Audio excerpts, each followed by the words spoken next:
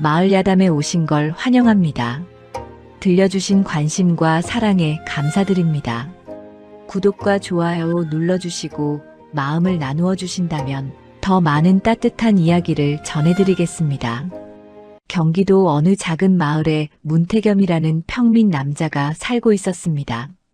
30 중반의 나이에 접어든 문태겸은 원래 그럭저럭 살림을 꾸려가던 집안의 외아들이었지요.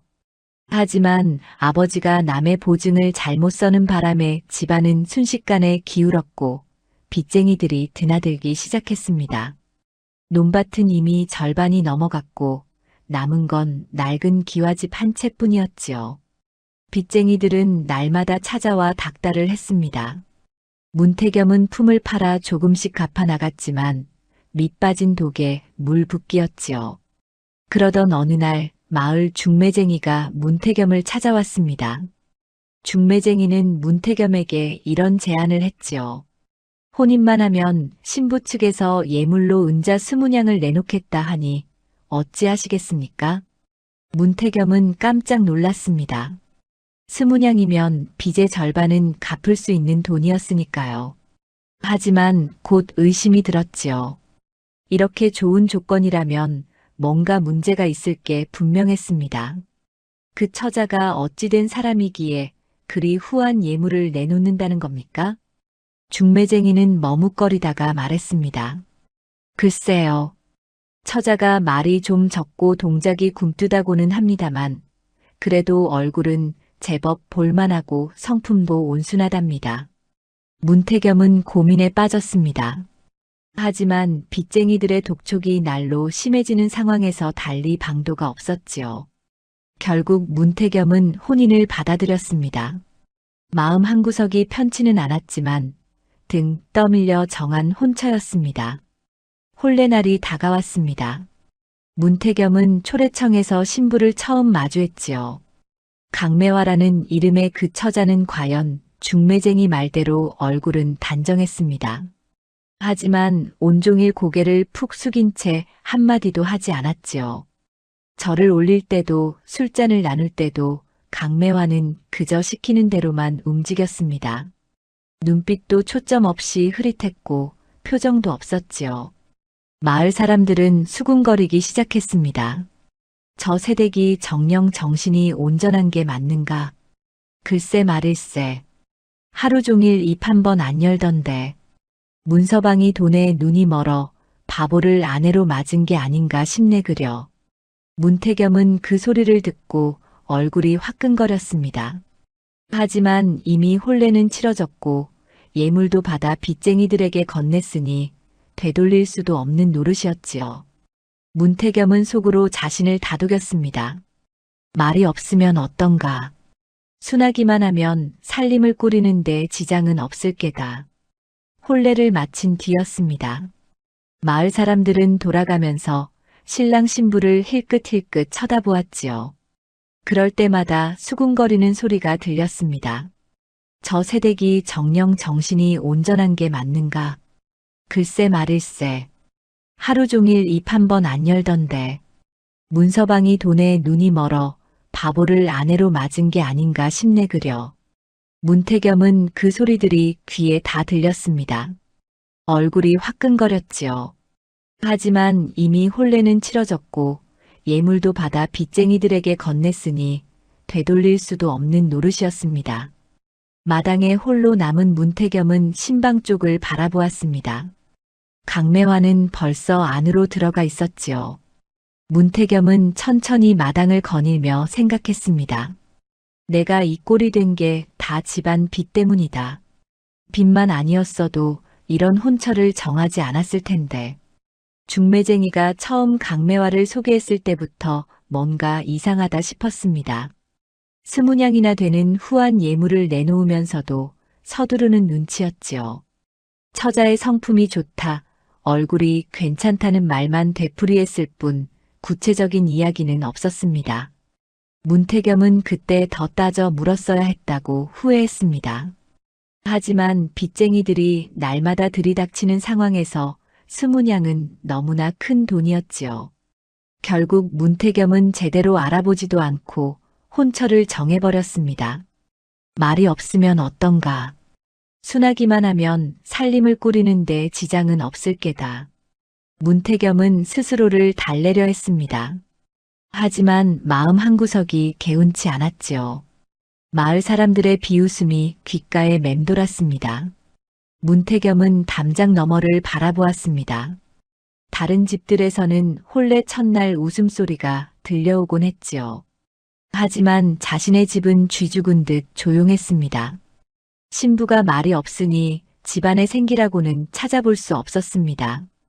해가 완전히 지고 어둠이 내렸습니다. 문태겸은 마당에 서서 한참을 망설였지요. 신방으로 들어가야 할 시간이었지만 발걸음이 쉽게 떨어지지 않았습니다. 저 여인과 평생을 살아야 한다니. 문태겸은 깊은 한숨을 내쉬었습니다. 강매화에 대한 실망과 자신의 처지에 대한 원망이 뒤섞였지요. 하지만 어쩔 수 없었습니다. 이미 혼인은 치러졌고 강매화는 자신의 아내가 되었으니까요. 문태겸은 천천히 신방을 향해 걸어갔습니다. 등잔불이 비치는 창문 너머로 강매화의 그림자가 보였지요. 고개를 숙인 채 꼼짝도 하지 않고 앉아있는 모습이었습니다. 저래 가지고 제대로 된 아내 노릇을 할 수 있을까? 문태겸은 속으로 강매화를 낮춰보았습니다.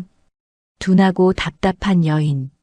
얼굴만 그럴듯하지 속은 텅 빈 것 같은 아내. 돈 때문에 어쩔 수 없이 맞이한 혼처. 그렇게 문태겸은 신방 앞에 섰습니다. 문고리를 잡은 손에 힘이 들어가지 않았지요. 혼례 첫날인데도 마음속엔 설렘 대신 무거움만 가득했습니다. 문태겸은 아직 몰랐습니다.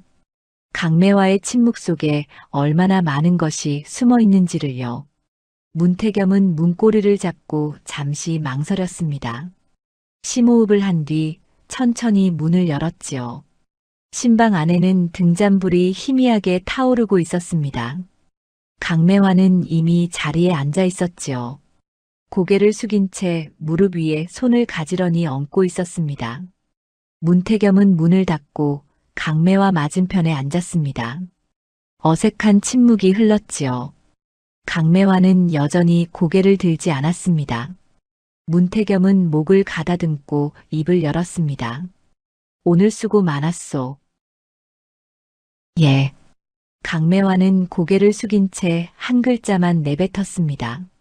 문태겸은 속으로 한숨을 삼켰지요. 그래도 첫날 밤이니 말을 더 붙여보려 했습니다. 앞으로 우리 둘이 살림을 꾸려야 하니 서로 의지해야 할게요. 예. 또 한 글자였습니다. 문태겸은 점점 답답함이 커졌지요. 혼례 내내 입 한 번 제대로 열지 않던 강매화가 신방에서도 마찬가지였습니다. 문태겸은 자신도 모르게 말투가 굳어졌습니다. 그대도 알겠지만 우리 혼인은 급하게 정해진 것이오. 나도 어쩔 수 없었고 그대 집안도 그러했을게요. 강매화는 여전히 고개를 숙인 채였습니다. 문태겸은 계속 말했지요. 하지만 이왕 부부가 된 이상 각자 역할을 해야 하오. 나는 밖에서 품을 팔아 살림을 꾸릴 테니 그대는 안에서 집안일을 돌보면 돼요. 예. 문태겸은 속으로 생각했습니다. 말이 없으니 다루기는 쉽겠구나. 순종적이니 내 뜻대로 살림을 꾸려갈 수 있겠지. 문태겸은 은연중에 자신이 이 혼인에서 주도권을 쥐고 있다고 여겼습니다. 그대가 말이 적은 건 알겠소. 하지만 사람들 앞에서는 좀 더 밝게 굴어야 하오. 오늘 보니 마을 사람들이 그대를 이상하게 보더군. 그때였습니다. 강매화가 천천히 고개를 들었지요. 등잔불 아래로 드러난 얼굴은 생각보다 또렷했습니다. 강매화는 문태겸을 똑바로 바라보며 조용히 말했습니다. 서방님께서는 사람들이 뭐라 하는 게 그리 중요하십니까? 문태겸은 순간 당황했습니다. 강매화의 목소리가 생각보다 차분하고 낮았지요. 그리고 그 말투에는 어딘가 날카로운 구석이 있었습니다. 그게 무슨 말이오? 오늘 하루 종일 서방님께서 제 얼굴보다 남의 얼굴을 더 많이 보셨습니다. 사람들이 뭐라 할까 그것만 신경 쓰셨지요. 문태겸은 가슴이 뜨끔했습니다.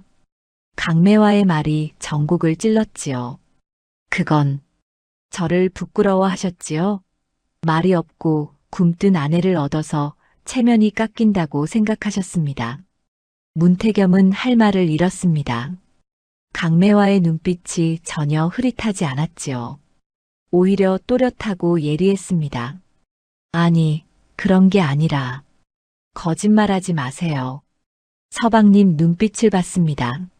저를 보는 게 아니라 남들이 저를 어떻게 보는지만 신경 쓰셨어요.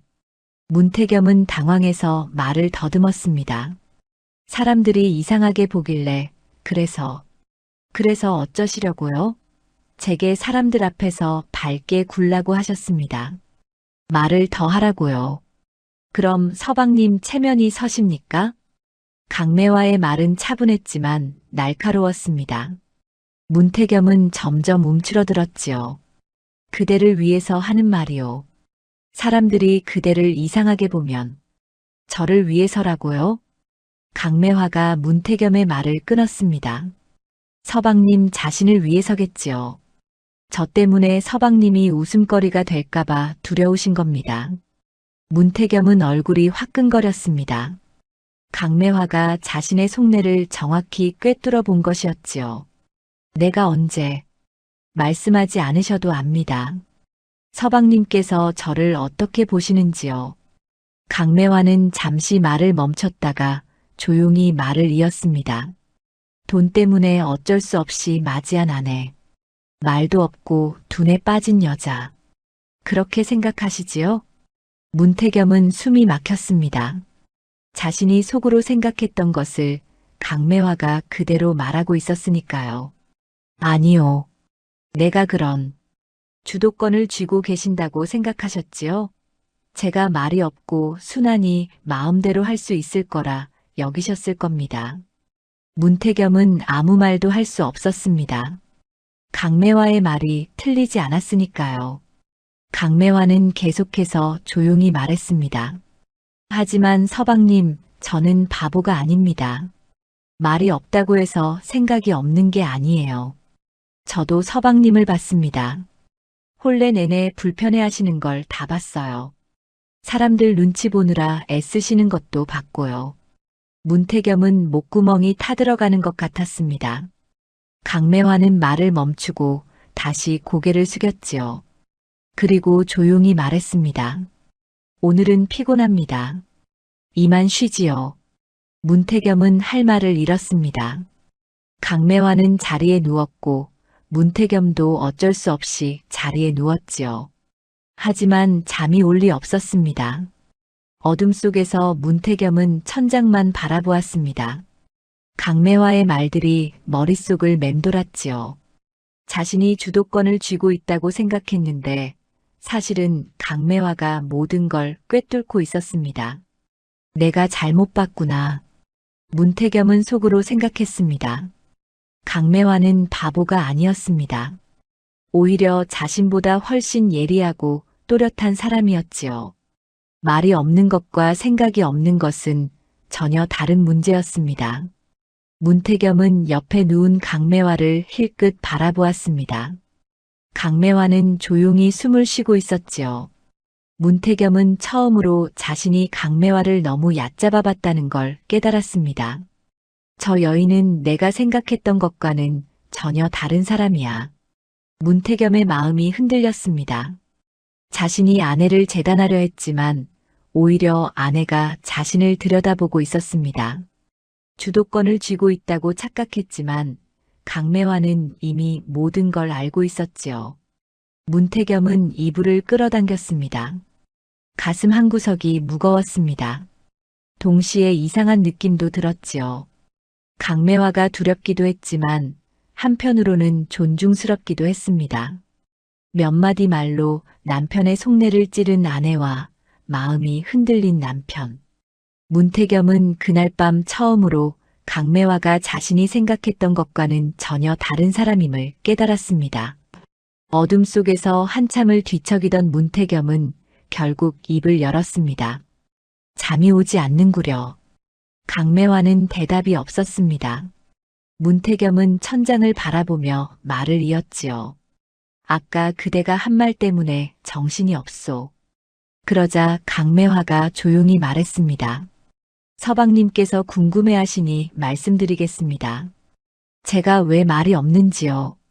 문태겸은 몸을 돌려 강매화를 바라보았습니다. 어둠 속에서 강매화의 윤곽만 희미하게 보였지요. 강매화는 천장을 바라본 채 담담하게 말했습니다. 저는 말을 많이 하면 미움받는다는 걸 배웠습니다. 집안이 기울고 나서 바느질 품을 팔러 다녔는데 말이 많으면 일을 못한다고 쫓겨났지요. 그래서 입을 다물었습니다. 필요한 말만 하기로 했습니다. 그러니 사람들이 저를 둔하다 여겼지요. 하지만 그게 편했습니다. 미움받는 것보다는 무시당하는 게 나았으니까요. 강매화의 목소리는 흔들림이 없었습니다. 문태겸은 가슴이 답답해졌지요. 그런데 서방님께서는 저를 어떻게 보셨습니까? 강매화가 물었습니다. 문태겸은 대답하지 못했지요. 강매화는 계속 말했습니다. 서방님은 사람들 눈치가 두려우셨지요. 제가 말이 없고 굼뜨니 서방님 체면이 깎일까봐 걱정하셨습니다. 그렇지 않습니까? 문태겸은 할 말을 잃었습니다. 강매화의 말이 정확히 맞았으니까요. 서방님께서는 주도권을 쥐고 계신다고 생각하셨을 겁니다. 제가 순하고 말이 없으니 마음대로 할 수 있을 거라 여기셨겠지요. 하지만 서방님, 저는 바보가 아닙니다. 말이 없다고 해서 생각이 없는 게 아닙니다. 오히려 저는 늘 보고 있었습니다. 서방님의 두려움도, 허영도, 오만함도요. 문태겸은 숨이 막혔습니다. 강매화가 자신의 속내를 모조리 꿰뚫고 있었던 것이지요. 서방님은 빚 때문에 억지로 저와 혼인하셨습니다. 하지만 저도 마찬가지였습니다. 저희 집도 딸을 시집 보내야 했으니까요. 서로 필요해서 맺어진 혼인이었지요. 강매화는 잠시 말을 멈췄다가 조용히 말을 이었습니다. 그런데 서방님께서는 저만 업신 여기셨습니다. 서방님도 같은 처지인데 말입니다. 빚 때문에 어쩔 수 없이 혼인을 정하신 주제에 저를 돈으로 산 여자처럼 대하셨지요. 문태겸은 가슴이 철렁했습니다. 자신이 얼마나 비겁했는지 깨닫게 되었지요. 서방님께서 두려워하시는 건 사람들의 눈초리입니다. 남들이 뭐라 할까, 남들이 비웃지 않을까, 그것만 걱정하셨지요. 정작 제가 어떤 사람인지는 알아보려 하지도 않으셨습니다. 강매화의 목소리가 조금 떨렸습니다. 저도 사람입니다, 서방님. 말이 없어도 마음은 있습니다. 서방님께서 저를 부끄러워하시는 게 느껴졌습니다. 그게 슬펐습니다. 문태겸은 더 이상 변명할 수 없었습니다. 강매화의 말 한마디 한마디가 자신의 비겁함과 허영을 정확히 찌르고 있었지요. 하지만 서방님, 저는 서방님을 미워하지 않습니다. 강매화가 말했습니다. 서방님도 힘드셨을 겁니다. 집안 빚 때문에 얼마나 고통스러우셨을까요? 그 마음은 압니다. 하지만 그렇다고 해서 저를 함부로 재단하실 수는 없습니다. 문태겸은 침묵했습니다. 강매화는 계속 말했지요. 앞으로 우리는 평생을 함께 살아야 합니다. 서방님께서 저를 어떻게 대하시느냐에 따라 이 혼인이 어떻게 될지 정해질 겁니다. 저는 서방님께 한 가지만 바랍니다. 저를 사람으로 대해주세요. 남들 눈치 보느라 저를 부끄러워하지 마시고 제가 어떤 사람인지 제대로 보려 해주세요. 강매화의 말이 끝났습니다. 방 안에 긴 침묵이 흘렀지요. 문태겸은 천장을 바라보며 숨을 깊이 들이마셨습니다. 자신이 얼마나 오만했는지 깨달았습니다. 강매화는 바보가 아니었습니다. 오히려 자신보다 훨씬 또렷하고 강한 사람이었지요. 말이 없는 게 아니라 필요 없는 말을 하지 않는 것이었습니다. 둔한 게 아니라 모든 걸 꿰뚫어보고 있었던 것입니다. 문태겸은 자신이 주도권을 쥐고 있다고 착각했지만 사실은 강매화가 모든 걸 보고 있었습니다. 자신의 두려움도 허영도 비겁함도요. 문태겸은 이불을 걷어차고 일어나 앉았습니다. 그리고 어둠 속에서 강매화가 누운 쪽을 향해 깊이 고개를 숙였습니다. 미안하오. 짧은 말이었지만 진심이 담겨 있었습니다. 문태겸은 평생 처음으로 다른 사람 앞에서 진심으로 고개를 숙였지요. 강매화는 대답이 없었습니다. 하지만 어둠 속에서 작은 한숨 소리가 들렸습니다. 안도하는 듯한 또 쓸쓸한 듯한 한숨이었지요. 문태겸은 다시 자리에 누웠습니다. 하지만 이제는 마음이 조금 가벼워졌습니다. 자신의 잘못을 인정하고 나니 오히려 편안해졌지요. 그날 밤 문태겸은 처음으로 아내 앞에서 고개를 숙였습니다. 오만함을 내려놓고 허영을 버리고 한 사람의 인간으로서 다른 인간을 마주한 것이지요. 첫날 밤은 그렇게 지나갔습니다. 말없는 아내와 고개 숙인 남편. 두 사람 사이에 놓여있던 보이지 않는 벽이 조금씩 무너지기 시작했습니다. 다음 날 아침 문태겸은 일찍 눈을 떴습니다. 밤새 뒤척이느라 제대로 잠을 이루지 못했지요. 옆을 보니 강매화는 이미 일어나 있었습니다.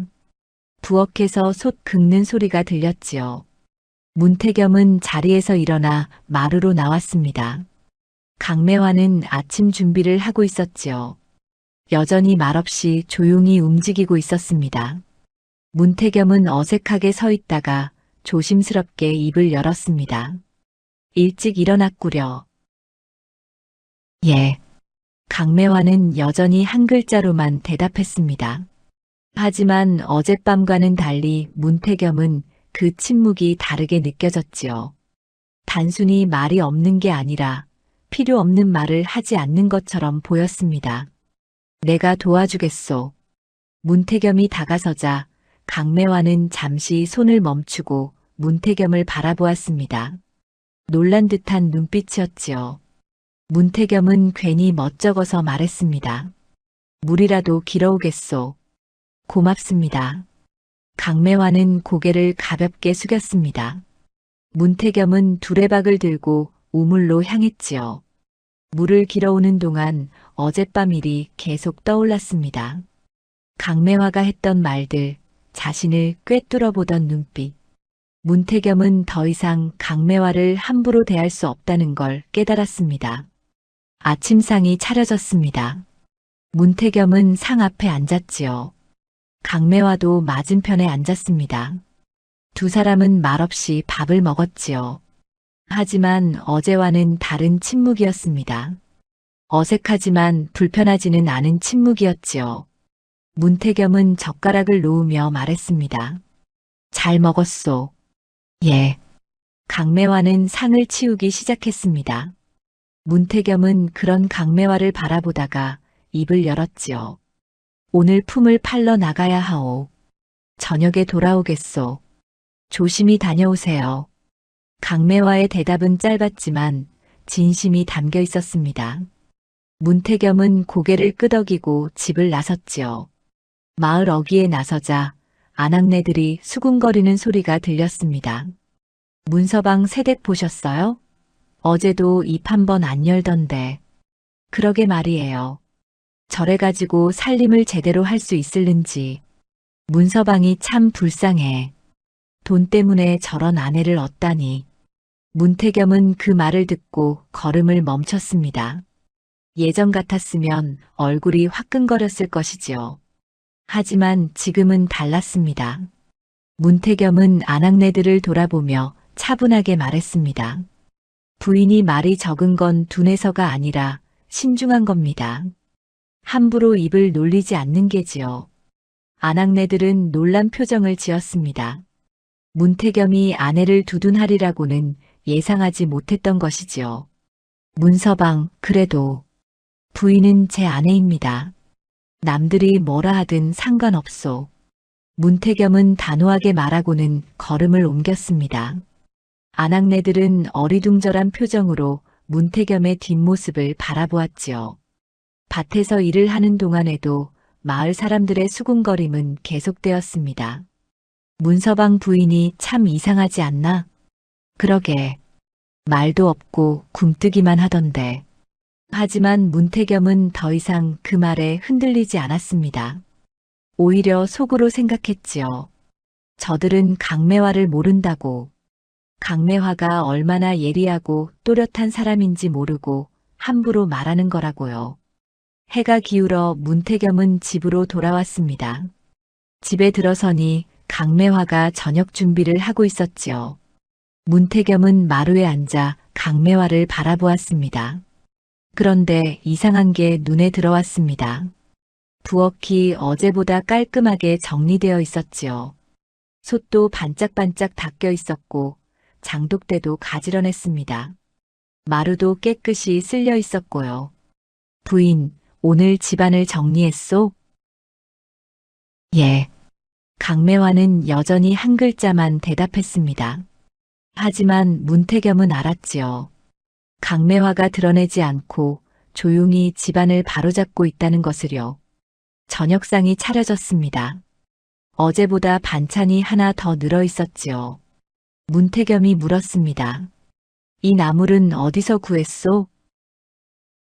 뒤란에 있었습니다.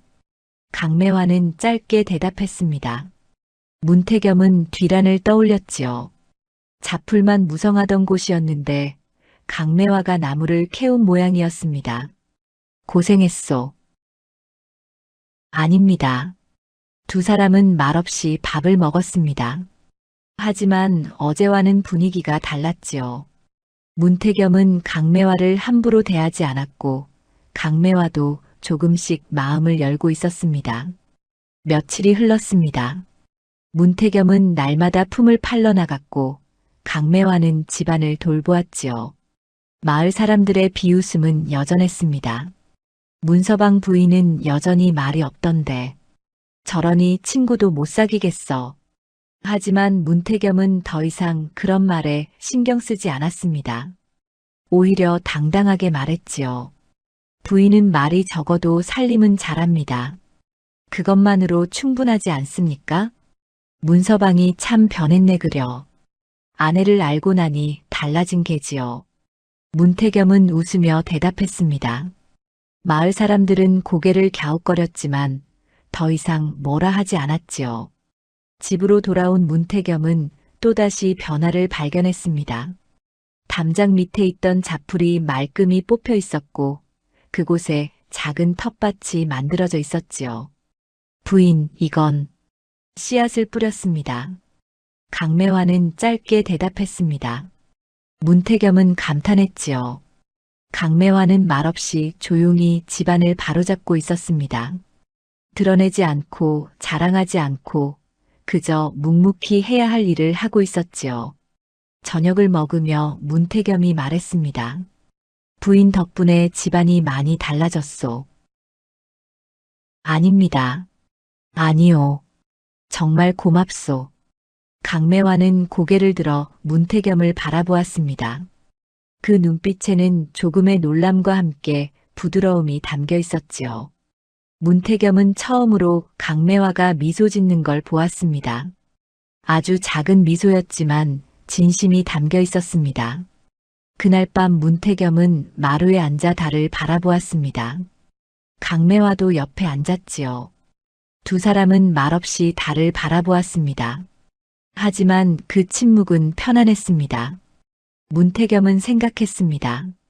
강매화는 말이 적지만 행동으로 보여주는 사람이라고요. 화려하지 않지만 묵묵히 제 역할을 하는 사람이라고요.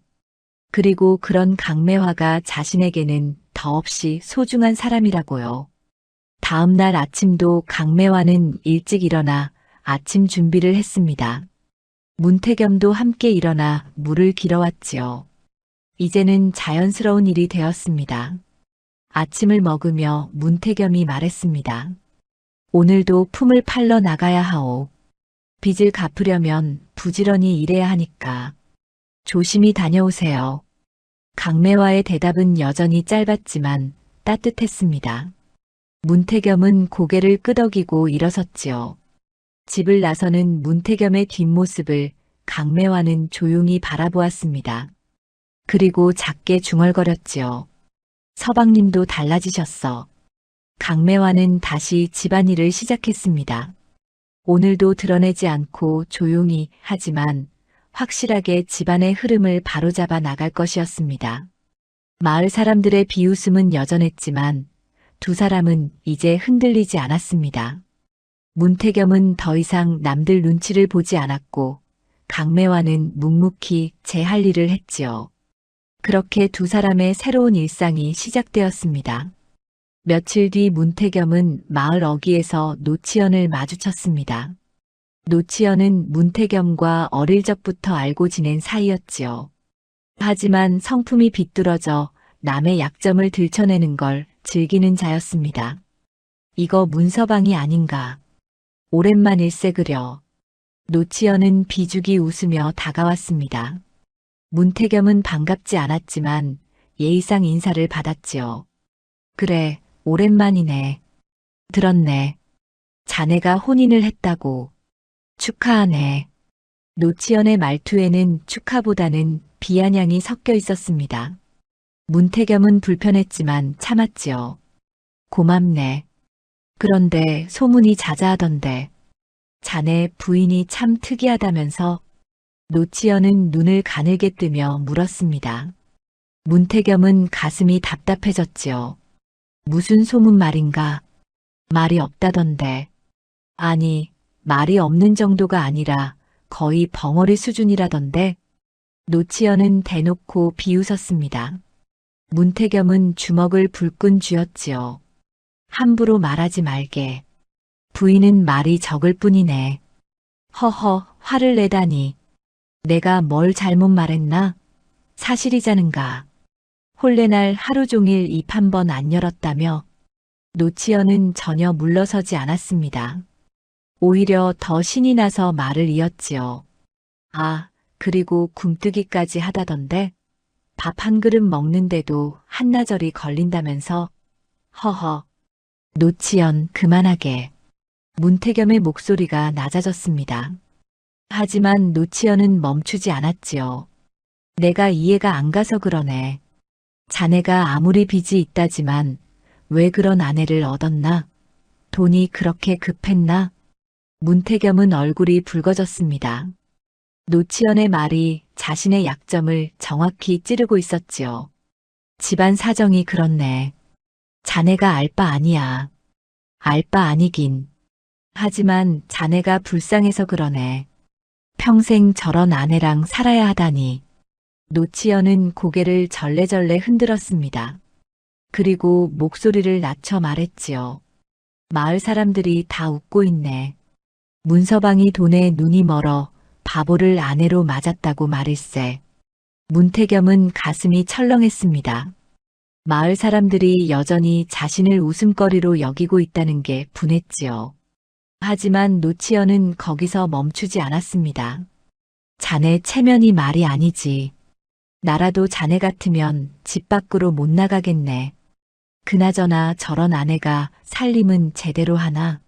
말도 못하는데 장도 못 보러 갈 게 아닌가. 문태겸은 참다 못해 소리쳤습니다. 그만하라고 했네. 노치연은 놀란 척하며 손을 들었지요. 허허, 화를 내다니. 내가 걱정해서 하는 말인데. 친구 아닌가. 친구라면 그런 말을 하지 말게. 문태겸은 노치연을 뿌리치고 걸어갔습니다. 하지만 노치연의 웃음소리가 뒤에서 따라왔지요. 자네 정신 차리게. 바보 아내한테 속아 넘어가지 말고.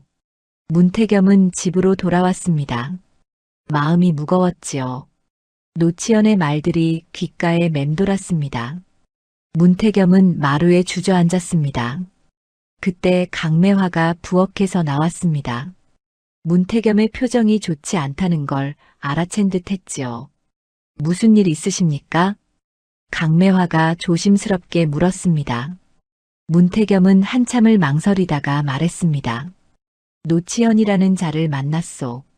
그 자가 부인에 대해 좋지 않은 말을 했소.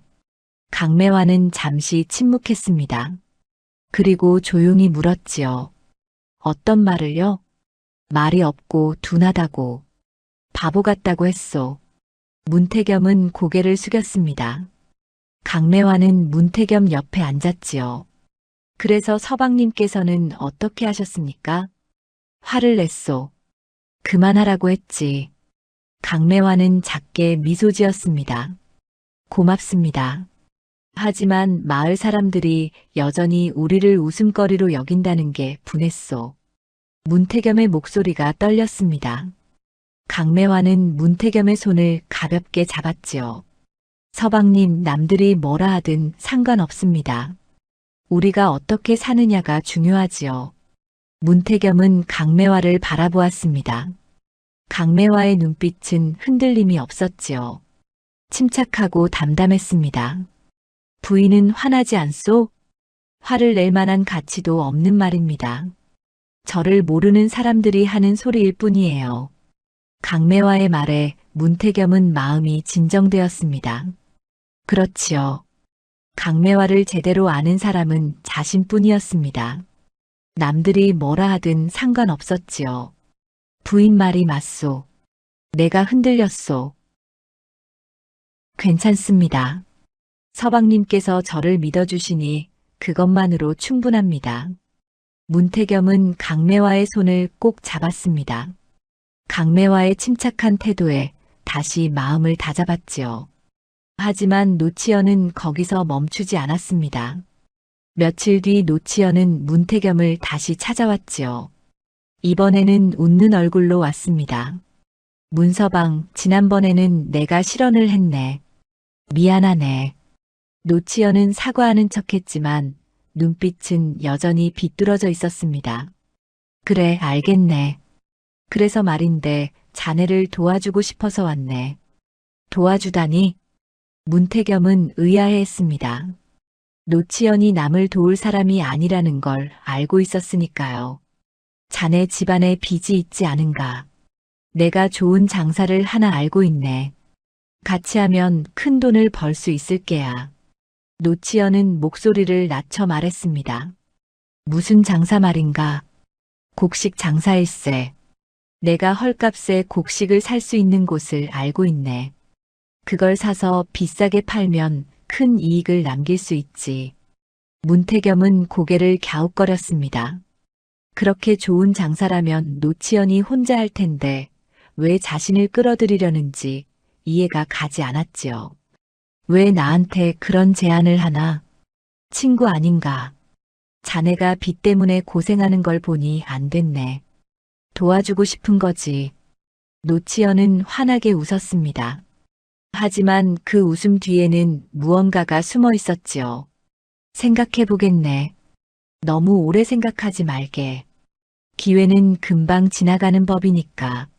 노치현은 그렇게 말하고 돌아갔습니다. 문태겸은 석연치 않았지요. 저녁에 강매화에게 이 이야기를 했습니다. 노치현이라는 자가 장사를 같이 하자고 하는데 강매화는 조용히 듣고 있다가 물었습니다. 그 사람을 믿으십니까? 글쎄, 어릴 적부터 알던 사이긴 하지만 서방님, 그 사람은 저를 바보라고 했던 사람 아닙니까? 문태겸은 멈칫했습니다. 그렇지요. 노치현은 며칠 전까지만 해도 강매화를 조롱했던 자였습니다. 왜 갑자기 도와주려 할까요? 뭔가 속셈이 있는 게 아닐까요?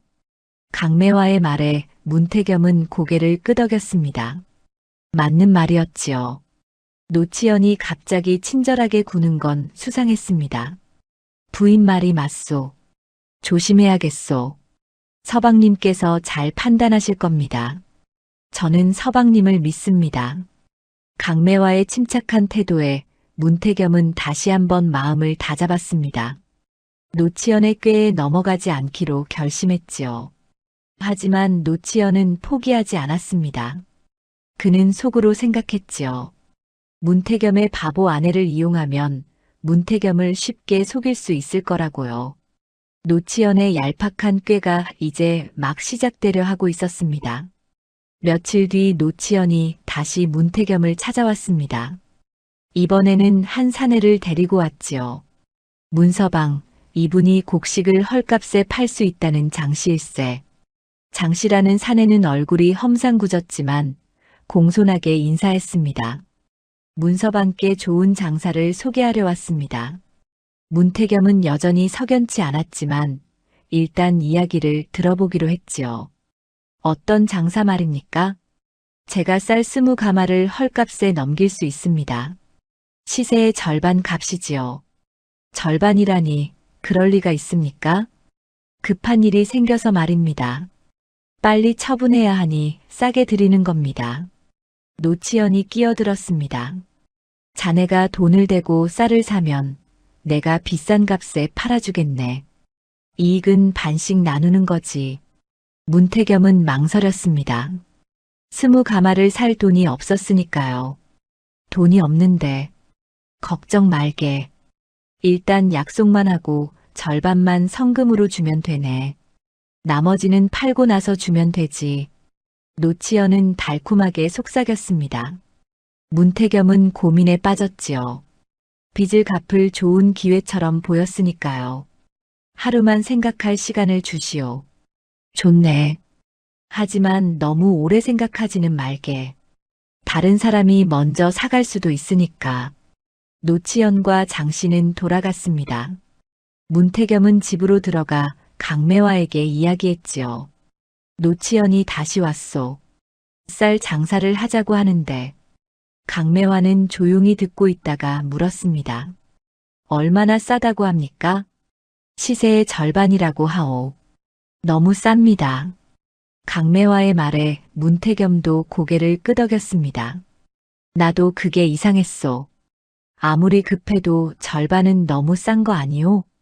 그 사람이 그 쌀을 어디서 구한다고 했습니까?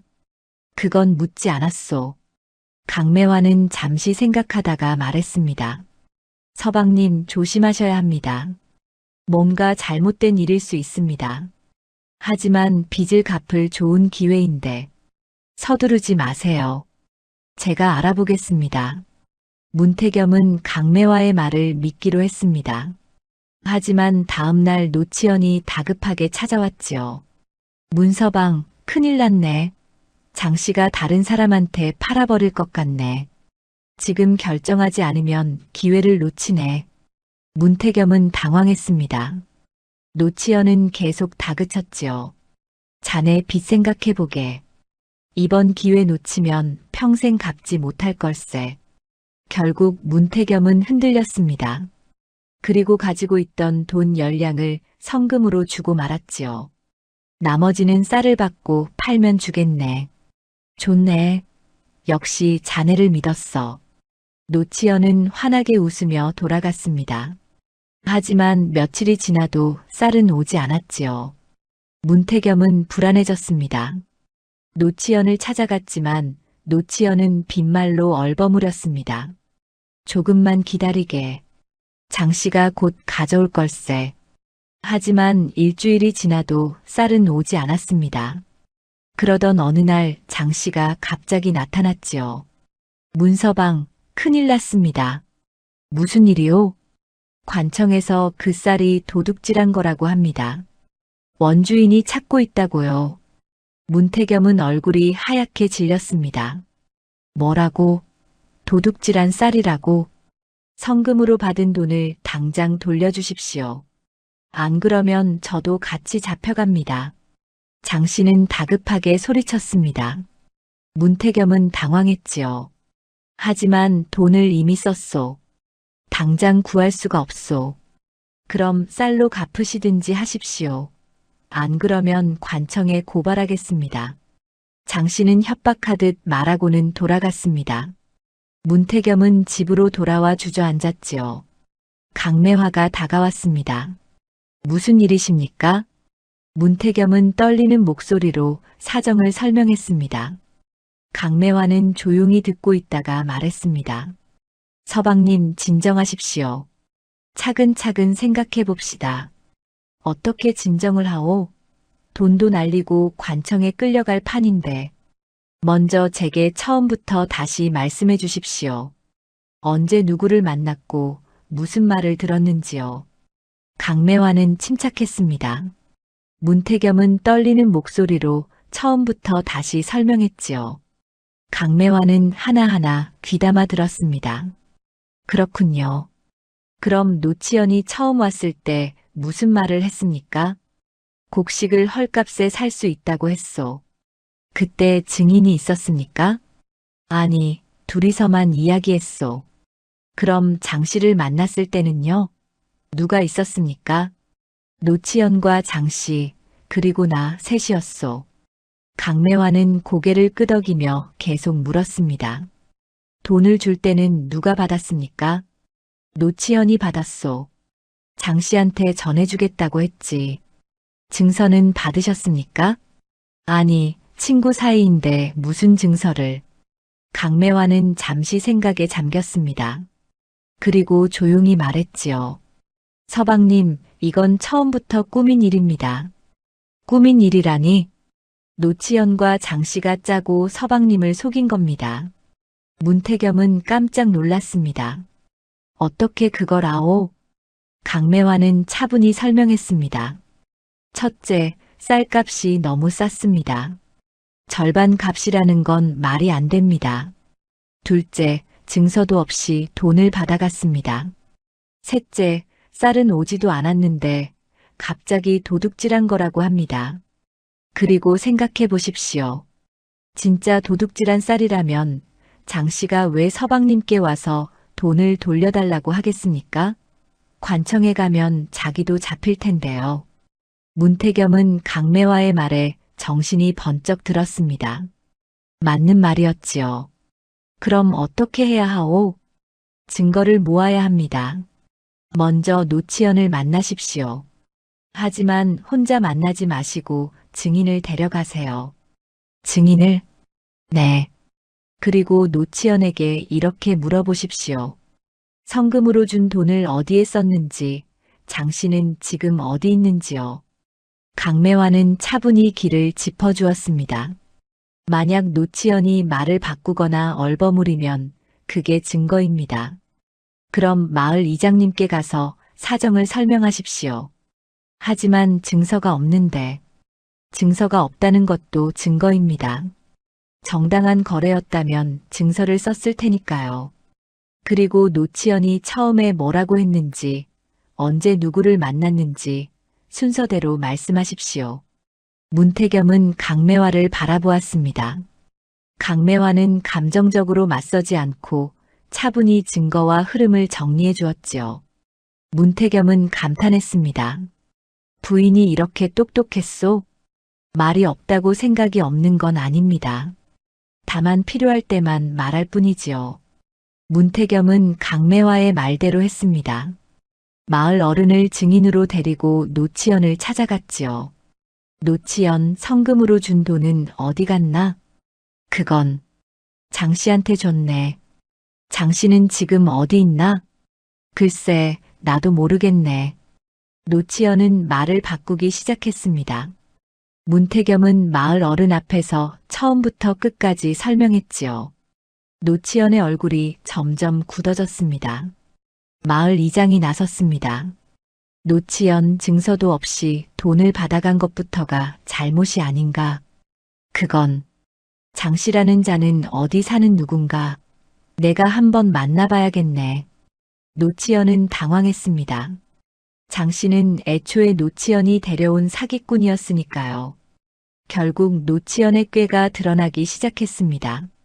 그날 저녁 집으로 돌아온 문태겸은 강매화에게 말했습니다. 부인 덕분에 일이 풀리고 있소. 부인 말이 모두 맞았소. 다행입니다. 부인이 없었다면 나는 그대로 속았을 거요. 부인의 말은 늘 정확하오. 문태겸은 이제 확신했습니다. 강매화는 말이 적을 뿐 생각은 자신보다 훨씬 깊고 정확하다는 것을요. 며칠 뒤 마을 사람들이 이장댁에 모였습니다. 노치연과 문태겸 사이의 일을 해결하기 위해서였지요. 마을 어른들과 이웃들이 모두 자리했습니다. 이장이 입을 열었습니다. 노치연, 자네가 문서방한테서 돈 열량을 받아갔다는 게 사실인가? 그건 장 씨한테 전해주려고. 그럼 장 씨는 어디 있나? 그 사람을 불러야 하지 않겠나? 노치연은 말을 더듬었습니다. 장 씨는 애초에 노치연이 데려온 사기꾼이었으니 어디 있는지 알 리 없었지요. 그게 어디 갔는지 모르겠습니다. 허참 돈을 전해줬다면서 그 사람이 어디 있는지 모른다니. 이상하지 않은가? 마을 사람들이 수군거리기 시작했습니다. 그때 문태겸이 입을 열었지요. 이장님, 제 부인이 몇 가지 이상한 점을 찾아냈습니다. 들어보시겠습니까? 그러지. 무슨 말인지 들어보세. 문태겸은 강매화가 정리해준 내용을 차근차근 말했습니다. 첫째, 노치연은 처음에 쌀을 시세 절반 값에 살 수 있다고 했습니다. 하지만 그렇게 싼 값은 있을 수 없는 일입니다. 맞는 말이네. 둘째, 돈을 줄 때 증서를 쓰지 않았습니다. 정당한 거래라면 증서를 썼어야 합니다. 노치연의 얼굴이 점점 굳어졌습니다. 문태겸은 계속 말했지요. 셋째, 쌀은 한 톨도 오지 않았는데 갑자기 도둑질한 거라고 합니다. 진짜 도둑질한 쌀이라면 장 씨가 왜 저한테 와서 돈을 돌려달라고 하겠습니까? 관청에 가면 자기도 잡힐 텐데 말입니다. 마을 사람들이 고개를 끄덕였습니다. 이장이 노치연을 노려보며 물었습니다. 노치연, 설명해보게. 이게 어찌된 일인가? 그건 저도 장 씨한테 속은 겁니다. 저도 피해자라고요. 노치연은 변명했지만 마을 사람들은 믿지 않았습니다. 그때 마을 어른 한 분이 입을 열었지요. 내가 보기에는 처음부터 꾸민 일 같은데. 노치연, 자네가 장 씨와 짜고 문서방을 속인 게 아닌가? 아닙니다. 저는 정말. 그럼 장 씨를 데려오게. 직접 물어봐야겠네. 그게 어디 갔는지. 노치연은 말을 잇지 못했습니다. 그러자 문태겸이 다시 말했습니다. 이장님, 제 부인이 또 한 가지를 알아냈습니다. 무엇인가? 노치연이 처음 저를 찾아왔을 때 제 부인을 조롱했습니다. 말이 없고 둔하다고 바보 같다고 했지요. 그래서 그런 사람이 갑자기 저를 도와주겠다고 나선 게 이상하지 않습니까? 부인은 그때부터 뭔가 수상하다고 했습니다. 마을 사람들이 웅성거렸습니다. 이장이 노치연에게 물었지요. 노치연, 자네가 문서방 부인을 조롱했다는 게 사실인가? 노치연은 대답하지 못했습니다. 마을 사람들 중 몇 명이 나섰습니다. 저도 들었습니다. 노치연이 문서방 부인을 바보라고 했다고요. 맞습니다. 마을에서 소문을 퍼뜨린 게 노치연이었습니다. 증언이 이어지자 노치연의 얼굴이 새하얗게 질렸습니다. 문태겸이 마지막으로 말했습니다. 노치연은 제 부인을 바보라고 여겨서 저를 쉽게 속일 수 있다고 생각했을 겁니다. 하지만 오히려 부인이 모든 걸 꿰뚫어 봤습니다. 이장이 노치연을 향해 호통을 쳤습니다. 노치연, 친구를 속이고 조롱까지 했으니 이게 무슨 짓인가? 저는 증거가 명백하네. 자네가 문서방을 속인 게 분명하니 돈 열량을 당장 돌려주게. 하지만 돈이 없습니다. 그럼 일을 해서 갚든지 하게. 그리고 마을 사람들 앞에서 사과하게. 노치연은 더 이상 버틸 수 없었습니다. 결국 무릎을 꿇었지요. 죄송합니다. 제가 잘못했습니다. 마을 사람들이 노치연을 비난했습니다. 친구를 속이다니 참 못된 사람이야. 자기가 바보짓을 하고선 남을 바보라고 했으니 문서방 부인이 오히려 노치연보다 똑똑하네. 노치연은 스스로 뿌린 조롱과 거짓으로 망신을 당했습니다. 강매화가 잡아둔 말의 모순과 거래의 허점이 모두 드러난 것이지요. 이장이 판결을 내렸습니다. 노치연, 자네는 문서방한테 돈 열량을 한 달 안에 돌려주게. 그리고 1년 동안 품을 팔아 마을 일을 거둘게. 이게 자네가 질 책임일세. 예. 노치연은 고개를 숙였습니다. 자신의 꾀가 되레 자신을 올가맨 것이지요. 사람들이 흩어진 뒤 마을 사람들이 문태겸에게 다가왔습니다. 문서방, 부인이 대단하시네 그려. 그러게 말이야. 말은 없어도 속은 꽉 차 있었어. 우리가 부인을 잘못 봤네. 미안하네. 문태겸은 뿌듯하게 웃었습니다. 부인은 원래 그런 사람입니다. 말이 적을 뿐 생각이 깊지요. 마을 아낙네들도 강매화를 다시 보기 시작했습니다. 문서방 부인 정말 똑똑하시던데. 그러게. 노치연의 꾀를 다 꿰뚫어 보다니. 우리가 바보라고 했는데 바보는 우리였네. 강매화는 여전히 말이 없었지만 사람들의 시선이 달라졌습니다. 조롱의 눈빛이 아니라 존중의 눈빛이었지요. 집으로 돌아온 문태겸은 강매화에게 말했습니다. 부인, 오늘 부인 덕분에 일이 잘 풀렸소. 노치연이 망신을 당했소. 다행입니다. 마을 사람들도 이제 부인을 다르게 보기 시작했소. 부인이 얼마나 똑똑한지 알게 됐지요. 강매화는 작게 미소 지었습니다. 저는 아무것도 안 했습니다. 그저 사실을 정리했을 뿐이에요. 그게 대단한 거요. 나는 감정에 휩쓸려 허둥댔는데 부인은 차분하게 증거를 모으고 길을 찾아줬소. 문태겸은 강매화의 손을 잡았습니다. 부인이 없었다면 나는 그대로 당했을 거요. 부인의 말은 늘 정확하고 부인의 생각은 늘 깊소. 고맙습니다, 서방님. 고마운 건 나요. 부인을 얻은 게 내 평생 최고의 행운이요. 강매화는 눈가가 붉어졌습니다. 처음으로 누군가 자신을 진심으로 인정해 주었으니까요. 그날 밤 마을에서는 소문이 퍼졌습니다. 문서방 부인이 노치연의 꾀를 꿰뚫어 보고 남편을 구했다는 소문이었지요. 말이 없는 게 아니라 필요할 때만 말하는 거였어. 똑똑한 사람이야. 우리가 잘못 봤지. 역시 사람은 겉만 보면 안 되는 거야. 마을 사람들은 이제 강매화를 웃음거리로 보지 않았습니다. 오히려 존중하기 시작했지요. 노치연은 그날 이후 고개를 들지 못했습니다. 자신이 조롱했던 바보 아내가 자신보다 훨씬 똑똑했다는 게 드러났으니까요. 스스로 뿌린 조롱이 되레 자신에게 돌아온 것이었습니다. 문태겸과 강매화는 그날 밤 나란히 마루에 앉았습니다. 달이 밝았지요. 문태겸이 말했습니다. 부인, 처음 만났을 때 나는 부인을 잘못 봤소. 미안하오. 이미 지난 일입니다. 하지만 이제는 안소. 부인이 얼마나 대단한 사람인지. 말이 적은 건 부족해서가 아니라 필요 없는 말을 하지 않는 거였소. 강매화는 문태겸을 바라보며 조용히 말했습니다.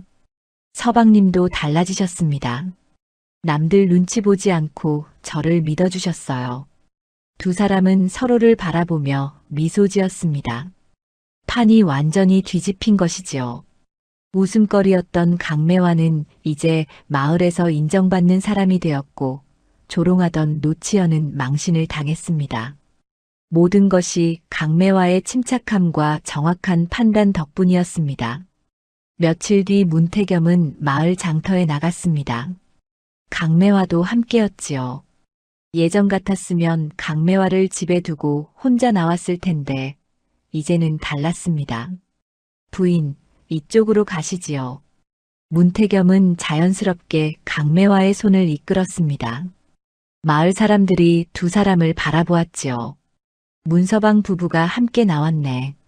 문서방이 많이 달라졌어. 예전에는 부인을 숨기려고만 했는데 사람들의 시선이 느껴졌지만 문태겸은 개의치 않았습니다. 오히려 당당했지요. 장터에서 아낙네 하나가 강매화에게 다가왔습니다. 문서방 부인, 저번에 정말 대단하셨어요. 노치연의 속셈을 다 꿰뚫어 보시다니. 강매화는 고개를 가볍게 숙이며 짧게 대답했습니다. 아닙니다. 아니에요. 우리가 부인을 잘못 봤어요. 미안합니다. 다른 아낙네들도 하나둘 다가왔습니다. 맞아요. 우리가 부인을 바보라고 했는데 바보는 우리였어요. 부인, 혹시 살림꾸리는 법 좀 가르쳐 주실 수 있으세요? 우리 집도 부인처럼 잘 정리하고 싶어요. 강매화는 여전히 말이 적었습니다. 하지만 예전처럼 고개를 숙이지 않았지요. 조용히 고개를 들고 사람들을 바라보며 짧게 대답했습니다. 천천히 하나씩 정리하면 됩니다. 역시 부인은 말씀도 간결하시고 명확하세요. 사람들은 강매화를 존중하는 눈빛으로 바라보았습니다. 문태겸은 그 모습을 보며 뿌듯해했지요. 장을 보고 돌아오는 길에 문태겸이 말했습니다. 부인, 이제 사람들이 부인을 제대로 보기 시작했소. 그저 사실이 밝혀진 것뿐입니다. 아니요. 부인이 스스로 증명한 거요. 말이 적어도 생각이 깊고 조용해도 강하다는 것을. 강매화는 작게 미소 지었습니다. 문태겸은 계속 말했지요. 처음 만났을 때 나는 부인을 동반자가 아니라 짐으로 여겼소. 하지만 이제는 안소. 부인 없이는 나도 없다는 것을. 서방님, 부인은 내 동반자요. 평생 함께 갈 사람이요.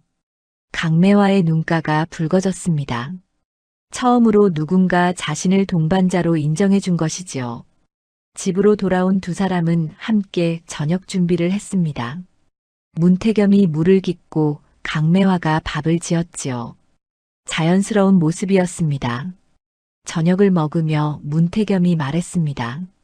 부인, 내가 하나 깨달은 게 있소. 무엇입니까?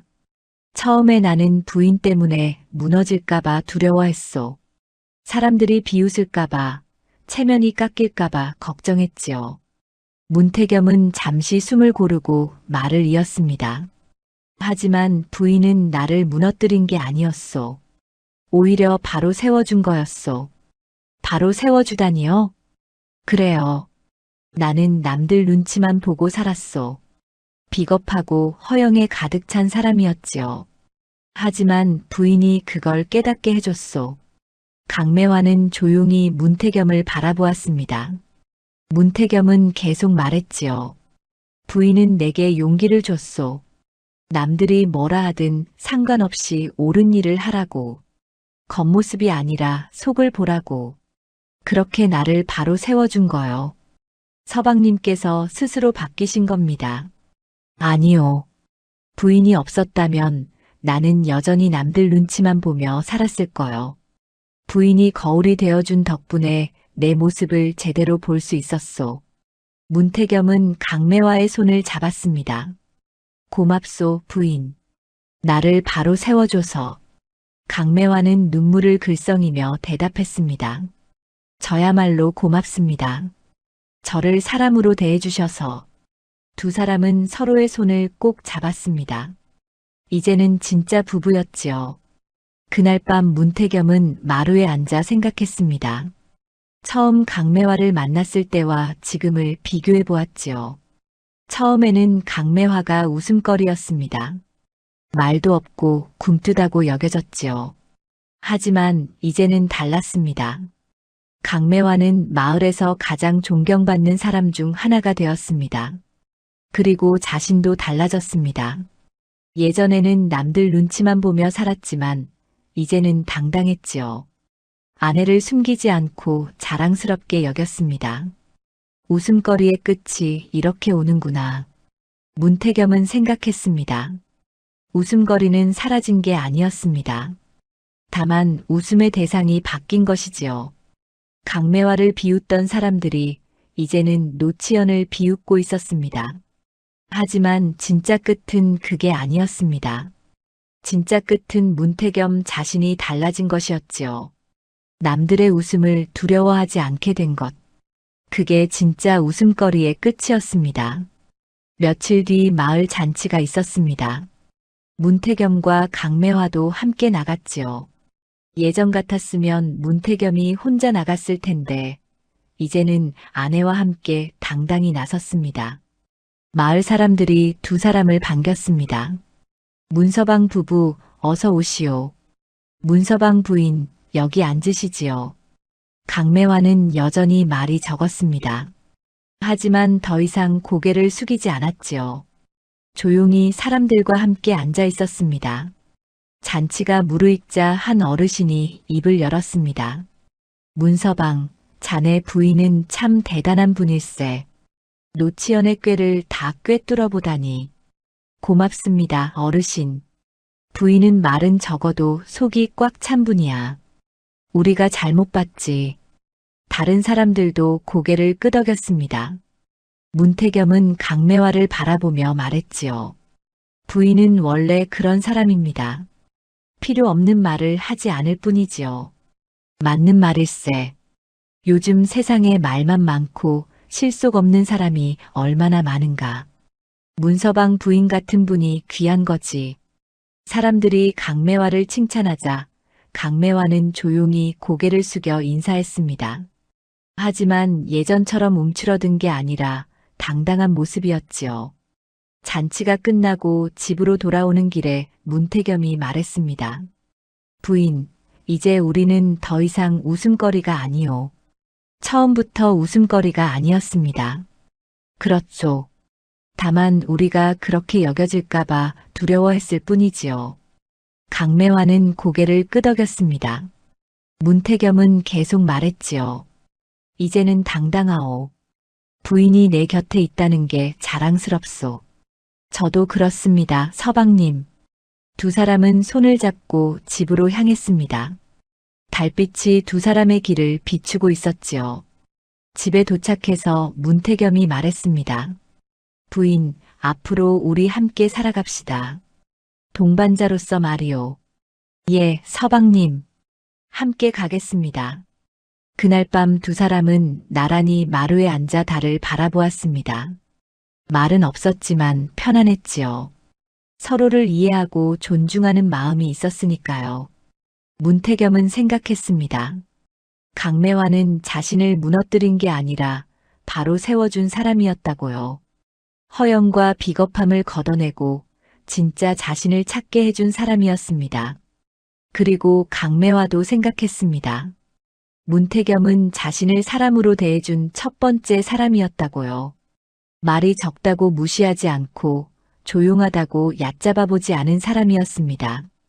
두 사람에게 웃음거리의 끝은 새로운 시작이었습니다. 진짜 부부로 살아가는 시작이었지요. 마을에서는 이제 아무도 문서방 부부를 비웃지 않았습니다. 오히려 부러워했지요. 서로를 존중하며 살아가는 부부. 그런 부부가 되기란 쉽지 않았으니까요. 문태겸과 강매화의 이야기는 그렇게 끝났습니다. 웃음거리로 시작했지만 존경받는 부부로 끝난 이야기였지요. 그리고 그 끝은 행복한 시작이기도 했습니다.